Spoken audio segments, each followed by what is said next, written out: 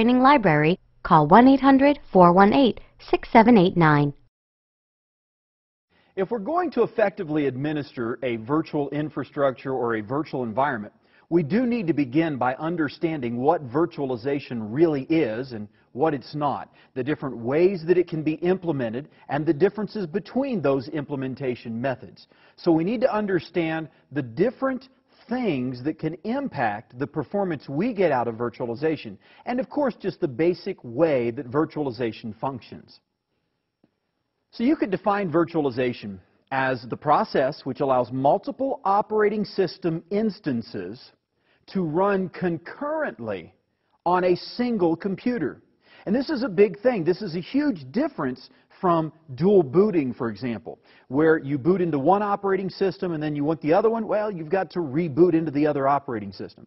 In this case, the operating systems are running concurrently at the same time on the same computer. This is done by virtualizing the hardware. Now, we can implement this with bare metal or within a host. When we say we're implementing it with bare metal, this means that the virtualization layer is running right on the hardware, and then our virtual machines run on top of that. When we say we're running virtualization within a host, it means that we run an operating system like Windows or Linux, and then on top of that operating system, we run a virtualization layer, and then on top of that virtualization layer, we actually run our virtual machines. So that's very different. Now, when we implement virtualization, whether bare metal or host, the hardware is virtualized for the guest operating system. Now, organizations like VMware don't like for us to use the word emulate. They prefer for us to say virtualized, and there's a very good reason for that. Many times when we use the word emulation, we think more of emulating software or emulating a particular application or possibly just emulating an operating system. Here, what we're doing is actually virtualizing an entire hardware base. We have virtual hard drives, virtual network cards, virtual processors, virtual memory. Everything is virtualized for the virtual machines. And so, indeed, we're not really just emulating a software program, we're virtualizing the entire system. Realize that one of the benefits of virtualization is that operating system instances are isolated. This means that they run in their own assigned separate memory spaces. And that does help us with stability in a virtualized environment. One of the big concerns that many people have about running a virtualized environment is that they will have stability issues, since they're, after all, running so many different things on one server. You may have one physical server with, say, 4 processors, and on there you may run 6 or 7 virtual machines. Now, the issue of concern then is, in the past, wow, just running multiple services on one operating system could make that server unstable. Now, all of a sudden, we're going to run 4, 5, 6, 7 virtual machines on one piece of hardware and expect it to be stable? Well, there's a big difference. In the previous method, what we did was we used services on a single operating system base. And if that operating system locked up, of course, the whole server was locked up.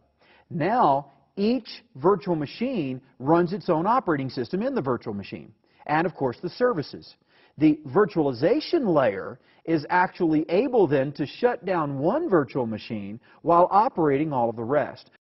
So the stability concern that is similar to running multiple services is really not a well-founded concern, and we don't have to worry about it as much. We do want to choose a virtualization vendor, however, that gives us a stable hypervisor or virtualization layer so that we do have that enterprise-class stability. One of the key things we need to understand about virtualization then is this concept of a hypervisor. The hypervisor is the most efficient way to run virtual machines. We actually have 3 different ways, though. The first method is what is called a Type 2 virtual machine manager. In this case, what we have is we have our hardware, we have the operating system, and then on top of that, we run the VMM, the virtual machine manager. A couple of examples of that would be the Java virtual machine and the .NET CLR. These virtual machines allow the launching of those types of applications. So Type 2 virtual machine managers are usually application-level virtualization. Now, the next thing we have is what's called a hybrid virtual machine manager. In this case, what we do is we have the hardware and we have a host operating system, and alongside of that host operating system, the virtual machine manager runs. In some ways, it must communicate through the host operating system to get to the hardware, and in other ways, it can communicate directly with the hardware. Then your guest virtual machines run in that virtual machine manager on top of the host OS and the hardware. Examples here include Virtual PC from Microsoft, VMware Workstation from VMware. Both of these would be examples of hybrid virtual machine managers. Now finally, we have the Type 1 virtual machine manager. This is the ideal implementation. Looking at this graphic, we can see the difference here. Notice that we have our hardware, and then we have the virtual machine manager. That's it. Notice the host OS is gone. This means that the virtualization layer, which is called the hypervisor in this case, is running directly on the hardware. And then our guest operating systems run on top of that. It gives us better performance, and it gives us better stability. Examples include VMware ESX and ESXi and Hyper-V. Both of these are actually hypervisor virtual machines. Now that we understand some of the basics of how virtualization would be implemented, let's look at the benefits of virtualization. The first benefit is simplified disaster recovery. When we virtualize our servers, we have the ability to bring that virtual server up on different hardware very, very quickly. So we remove the hardware failure component from this issue. Normally, if hardware fails, we've got to get new hardware, we've got to reload that new hardware, restore our backups in order to get back up and running. With virtualization and different technologies, we're actually able to move virtual machines from one piece of hardware, one virtual server, to another. For example, VMware provides something called vMotion. And vMotion actually allows us to move a virtual machine live from one host to another host, literally from one physical server to another physical server. We also have storage vMotion, where we can move virtual machines from one storage area network to another storage area network. So we have this benefit of simplified disaster recovery. We also have simplified maintenance. Because these are virtual machines, we're dealing with, if we want to back it up, we just back up the entire virtual machine file and virtual machine configuration file, and we're done. So we have simplified maintenance there. We also have simplified maintenance through the fact that we're able to administer multiple servers on one physical box. We have reduced hardware costs because we're more efficiently using our hardware, and we have reduced management costs because more servers can be managed by fewer administrators.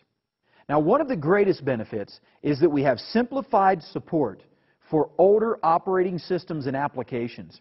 This means that we can support operating systems that may have been released 5, 7, even 10 years ago, so that we can use those applications and we don't have to worry about upgrading to new operating systems and new hardware. So there are a number of benefits to virtualization, but think about it. Think about how many times you've had an application that you needed to run, but you really don't have the operating system anymore that that application was on. I ran into that about 6 or 7 months ago, where I was wanting to run an application that actually was designed for Windows 3.1. Yeah, that's right, that old. And in order to run that application, I needed to actually build a Windows 3.1 machine because, believe it or not, the application would not work on any of the modern versions of Windows today. Well, guess what? I was actually able to get a DOS and Windows 3.1 virtual machine up and running. In that case, I was running it on Virtual PC 2007. But you could do the same thing with VMware Workstation or even open source virtualization tools. The point is, by getting that virtual machine up and running, I was able to work with that older application, get what I needed out of it, and then if